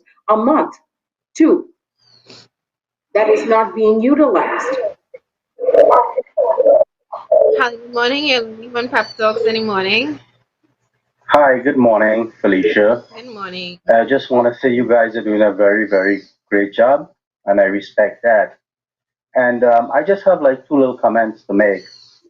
One, I'm calling from the United States, and my question is that with that speed limit, is it in Diego Martin somewhere down there? They break it down from 80 kilos to 50 kilos? It is heading into Diego Martin, yes. It's by Peaks. Yeah. Yeah, right after. Well, that's an easy thing. It's very, very, very easy thing to fix. But it's all because we don't have the correct people that doing the job the way they're supposed to do. Now here in America, which the young lady next to you, she has a beautiful smile. I love that smile. She lives here in America, so she will know when you are approaching a speed limit and you have to break the speed down. They gave you a distance probably about 2 miles or 3 miles before. So they Yeah. will tell you by the next 2 miles or in kilometers, 10 kilometers or 30 kilometers or 50 kilometers, the speed limit is going to change and they're going to have the signs, color tag so that they could warn you ahead of time. So when you get up there, you have no excuse. So you have enough time to break your speed down from 80 to 50 if you have a mile or a half a mile or three-quarters of a mile or 5 miles or 3 miles, whatever it is, to break it down. But when they give you a short distance like that, it causes a train reaction if there's vehicles traveling the same speed, because it's not everybody will, have the potential to really stop at the same time. And then they're going to have a really, really chaos on there. So for Rohan Sananan, I think he need to go back to school because I don't think in that PNM government, which I don't want to ridicule nobody, because everybody is human being, but I don't think they have any sense or any knowledge on what they are doing to the people in the country. They just need to go back and learn how to do things. All they concern about is themselves. They don't concern about nobody. They don't concern about who out there in the cruise ship. Are you talking to that lady in that cruise ship, man? And it's bothering me. It hurted me to know that she have children out there home and she can't see her children. And these people will allow outsiders to come in the country to do things convenient for themselves. What the people in Trinidad and Tobago have to ask is how much is enough for them to steal? Why they don't steal everything from the country like North Korea and take everything from everybody so they could have everything to their lavish life? How much is enough? Why did, I was listening to a program with the Prime Minister or the President of Dubai, and he said he wants to make his people comfortable. That's his main achievement, for his people to be happy, to have number one health care, number one in everything. He wants to be number one in everything. Why? Why we can't have that in Trinidad for the government to work for the people, for them to have number one in every single thing so that you don't have to leave to go nowhere. I live in here in America for 30 years now. You think I wanted to come here? But as a young man back in the 80s, I didn't have a choice. I had to do what I had to do because there was no opportunity for me. And here in America, I had the opportunity. Whatever I wanted to do, I could have choose what I wanted to do. So, I will listen to you over here. Thank you very, very much. And, God bless these people. And them, it's time to get rid of that government. And it goes for any government that come in there. Everybody think about themselves. If you see how they're living, how they are eating, how they are drinking, how they are traveling, because if any individual children want to go to America or Canada for a vacation, they can, because why? They can't get a visa, they don't have a job, they don't have nothing, so they have to suffer there. Meanwhile, these children are living very happy with citizens, taxpayers' money all over and spread and joy. So thank you very much for the opportunity. I will listen to you up here. Have a great day. Thank you very much for that, caller, and thank you for your very kind words towards me and Michelle. I have another call coming in. Hello, good morning. You're live on Prep Talks in the morning. Hey, good morning. Good morning. I'm a first-time viewer, also a first-time caller. Ladies, I want to say a wonderful job. I'd like to say something. I was watching a program earlier where they were stating of the investigation of the whistleblowers that released the documents or the manifestos, prime manifestos. Oh, that's actually And carded to we had that listed to talk about this morning, and I'm glad you brought it up and reminded us. But you go ahead. right. And I'm saying to the people who would blow whistles, don't do it. It makes no sense. Because you're risking your job and your family for people in Trinidad that don't take things serious. Because people that blow whistles trying to bring awareness and attention to people. And the typical Trinidad citizens don't take it for serious. Had it not been on a political platform, I should say, no, Trinidad would have forget that plane even landed already. We don't think, we just sit down, oh, they bring this one, they bring that one, and while up, but what are we actually doing as citizens? When would we have the courage to say we have the power for these people in authority? How long again? Do we have to wait until we literally, as they say, eat grass? All we are doing is literally Rowley Scamla, limit ourselves to two bunch of well-dressed, I don't want to say it unlike how they call it. We are limiting ourselves. We need fresh blood. We need something new. Because whether who comes, whether who goes, they don't care about us as citizens. We need to start to show them that we have the power and not just be social media bullies and calling this one UNC dummies and PNM dummies and who is Vegan and who. No, we need to stand together and show these people for once and for all we are not taking everything they shove down our throat. Very well said. It is about time. And until that comes to pass, it really doesn't make any sense. We're just in a hole with mud sliding. That's how I see it. Have a good morning, ladies. Thank you for that.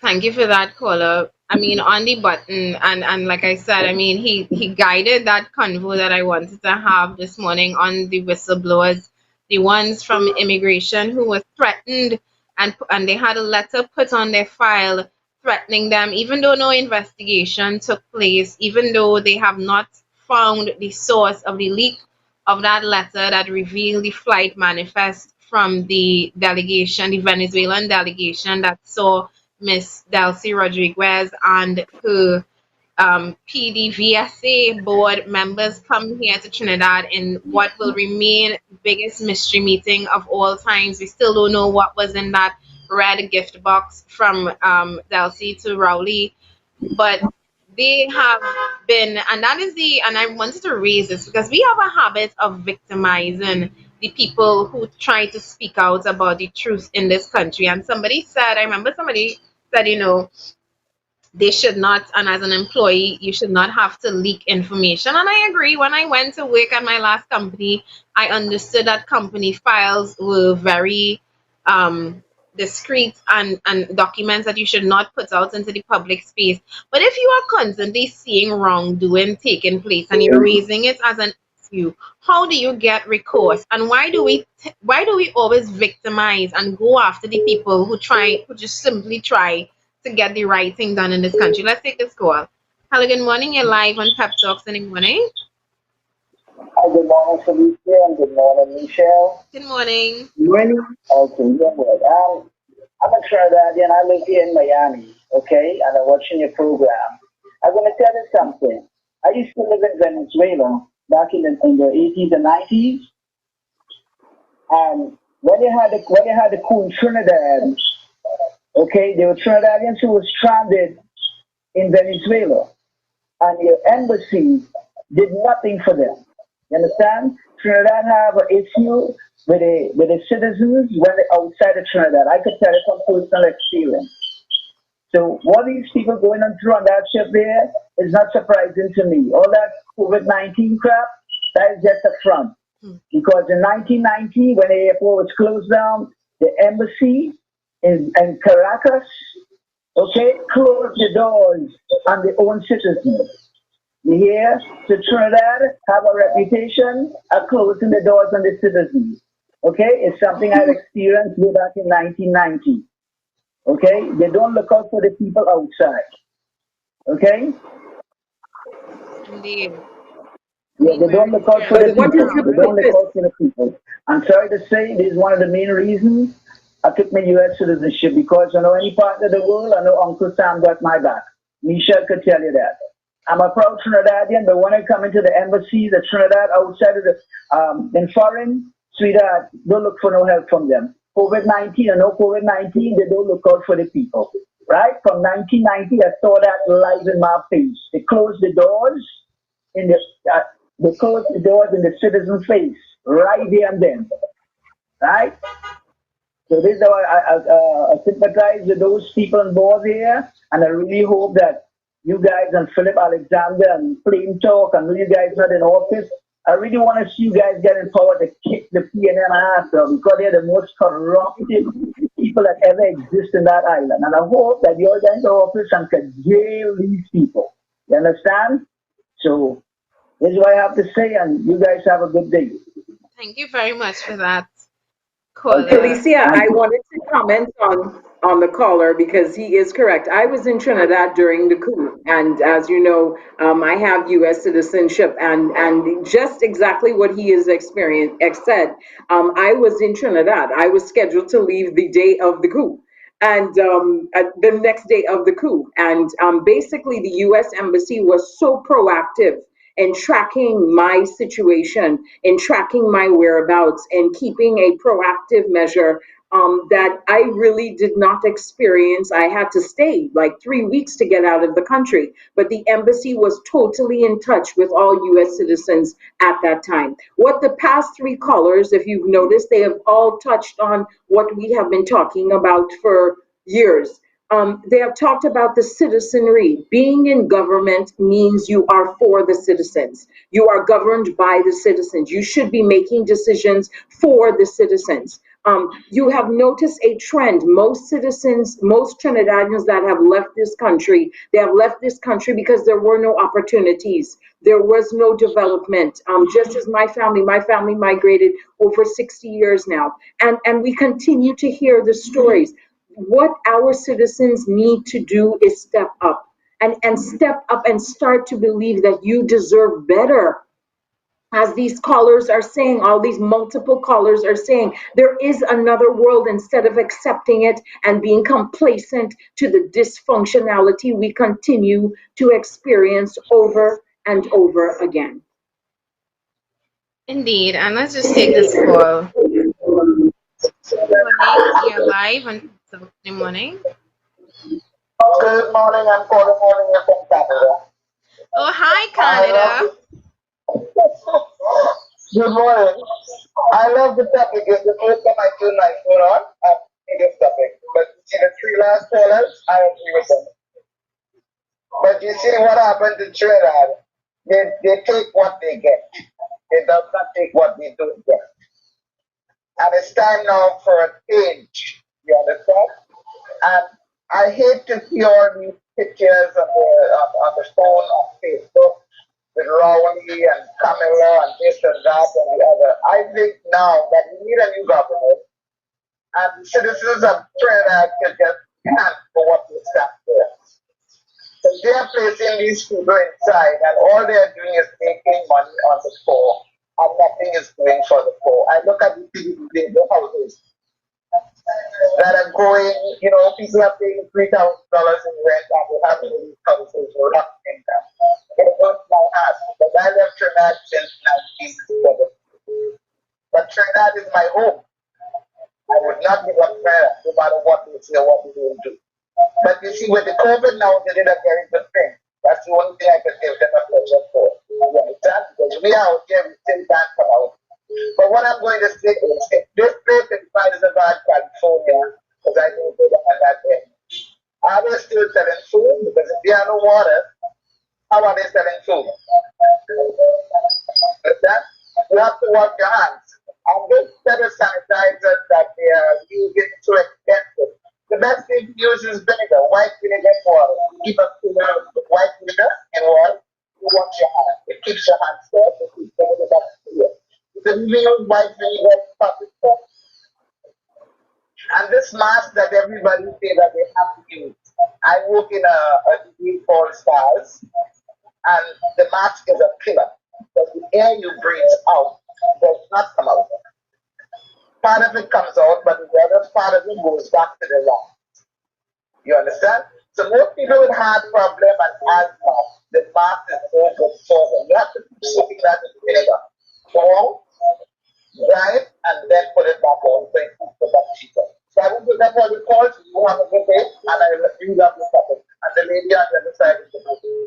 Thank you very much for that caller. We're going to take this last call before we wrap up the program today. Hello, good morning. You're live on Pep Talks in the morning. Hello, good morning. How are you doing? I am good, and you? Okay, I just want to explain one little thing to you. We have to understand how the money will operate. Mr. Alexander keep on asking about where we get the second wave from. The second wave will come because of the money. Let me explain that to you very clearly. We have to create a situation in order to begin and to be able to use more and more money. So what we will do, we will bring in these people who are outside right now. We develop some form of flat arrangement where they can be exposed to the public, and that is our second wave. Thank you. Listen out, okay. Thank you for that call. I think, Michelle, it's fair to say that we had a range of contributions this morning. Yes. Some of them evoking some emotions that it's going to definitely take a lot out of me for the rest of the day. And I mean, I know a lot of the callers, I was reading the comments on the live while the caller from the cruise ship was on, as well as a couple others. And I know it evoked a lot of emotions. I think, particularly based on how many overseas calls we get, a lot of times Trinidadians, Trinbagonians like to look outside and talk about Trump and the United States and Boris Johnson and the UK and Canada and Trudeau. We know everything about everybody business but our own. It's time that we look inward and see what people on the outside see when they look at us. See the failed nation. I don't mention this, but my dad left when I was 2 years old for the same reason that many of these callers explained when they called in, for the same reason that so many Trinbagonians had to leave this country because there was no opportunity for them. And that caused a severe break in the relationship between me and my dad. And I had to forgive him when I grew up, trying to understand what I did not understand as a child, which was this country had nothing for him. For me, it felt like abandonment. For him, it was him trying to create a new life outside of the Trinidad and Tobago that continue to fail this nation, that will continue to fail this nation if we continue on the trajectory that we are going on right now. And I have forgiven my dad, and as well as I understand now as an adult just how hard it would have been back then in the 80s, early 90s, growing up as a young, ambitious individual, as somebody who wanted to change and see change in their country and be stifled by the backward thinking nature that we have here as Trinbagonians. And for the callers to call from the outside and who's telling you guys here in Trinidad and Tobago, I hope you're paying attention, because they could turn their backs. They could say, forget freaking Trinidad and Tobago. We have started a new life, but they still care. They still care enough to look back at their families and their friends, and they want to caught up in the nonsense and the rubbish that we continue to be caught up in. And if you don't take that seriously, people, if you don't wake up and pay attention to what is really happening, we will find ourselves in a place of no return. And that is what Michelle Davis and Felicia Holder and Satish Ramsaran and Sean Sunarine and Philip Alexander and all the other members of this Progressive Empowerment Party, W. Jiker and Lima McLeod Wilkerson, all the names that I can call, all the callers to call today, that is what we fight against and we continue to fight against. When people say that this is a waste of time, this is a pointless initiative, I say no, because I don't want to be that person who has to make and bring a child into this world and then have to tell that child at 2 years old because there is nothing left for me here and because I just want to create a better life for them. That is also part of the reason why I do this. I've shared a very personal story for you there. Michelle, before we wrap up, please give me your closing comments on the day. Wow, Felicia, this was a very emotional show, and I just want to elaborate on what you just said. We receive so much foreign calls, you know what I mean? And it shows that Trinidadians that are out there still care about their country. And, we are not concentrating on the issues. I do a lot of public speaking for PEP, and sometimes I will see a comment, well, she sounds Yankee. And I think, did you not hear the content of what I was trying to say? Did you not hear the message of the Progressive Empowerment Party? People, we need to wake up. We need to stop being so blinded by the pettiness of what we focus on in this country instead of the big picture The big picture is we are being taken advantage of. The big picture is we are not getting proper governance in this country. The big picture is there is corruption to the core in this country, and billions are being lost. Billions are being unaccounted for, and we continue to live this minimalistic lifestyle that we think we so deserve and that we should settle for, when in reality we can be a better nation. Trinidad and Tobago, wake up. This is the Progressive Empowerment Party. We are here to educate and enlighten you. We want a better country.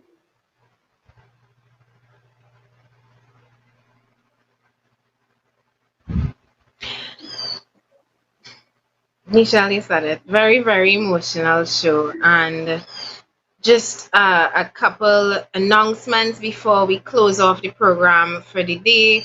Pep Barrel Sale returns this Saturday after a long-awaited hiatus. We are back in Barataria for our barrel sale. Food items, clothing items. That flyer should be up on the screen now. If not, please check out our Facebook pages for more information. Everything must go from 9 a.m. to 1 p.m. this Saturday. We have plenty food items, cleaning products, household products shipped in from Canada, the United States, and the UK. I want to thank all of our overseas members who would have contributed to this shipment that we're about to have in terms of our sale this Saturday. We also are collecting items in Canada and the United States for the next shipment. Please reach out to Denise Xavier 347-500-1457 if you would like to contribute. All of the members from the United States today, if you would like to donate to that. People ask me all the time, how is the Progressive Empowerment Party funded? And when I tell them, literally through these early yard sales and barbecues and secondhand sales, they don't understand, and they don't understand just how hard we work just to keep the party afloat, and not just to keep the party afloat, but to keep our hands clean and stay away from the big pocket and deep pocket financiers who we'd have to be beholden to if we were to get into office. So, oh gosh, I have a call coming in right now. Unfortunately, we are out of time for calls on the show today. Do reach out to Denise Xavier in New York if you would like to donate to the barrel sale. Reach out to Anthony Sinanan on the Pep Toronto group. Just search for Pep Toronto on Facebook if you would like to be a part of that. If you're in Miami,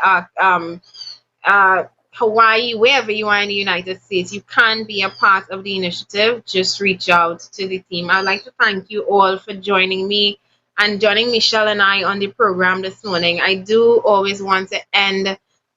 Before I end the survey results, people, we asked the question, are you satisfied with the government's preparation for the upcoming rainy season? 11% of you said yes, 89% of you said no, you are not satisfied with the preparation for the rainy season. I want to end with the thought of the day. The thought of the day is called sorry. Sorry works when no, that's not the thought of the day. That's the thought of the day for tomorrow. Where is the thought of the day for today?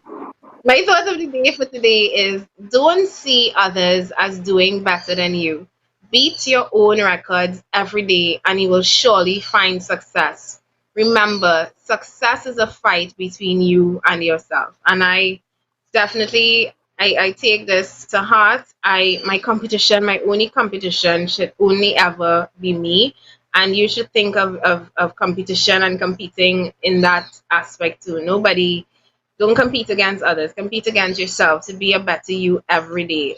The world is hard. Choices are difficult. We often have to make decisions that are hard and difficult. But if you try every day to be better, make better decisions than the decisions you made the day before, you would find yourself constantly striving to be a better person. Thank you for joining us. Please come back with us tomorrow. We will have another great program like this. All the people who called in today and could not reach me, you have your opportunity to do so tomorrow.